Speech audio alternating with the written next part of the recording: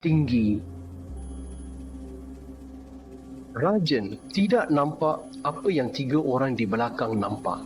Dia sedang tengok ke hadapan, cuba fikirkan macam mana nak patah balik. Tetapi Suresh yang duduk di sebelahnya, Suresh nampak dan Suresh cerita begini kepada polis. Ia berdiri di antara dua pokok tinggi, lebih tinggi dari kereta. Kami tidak dapat nampak muka dengan jelas sebab gelap dan hujan. Tetapi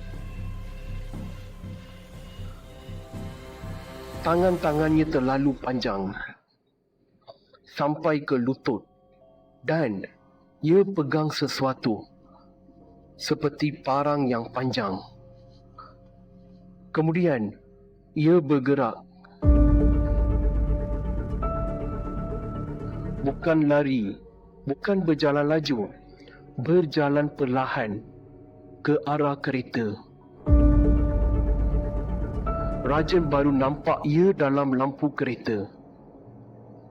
Dia rasa kaki dan tangannya sejuk serentak.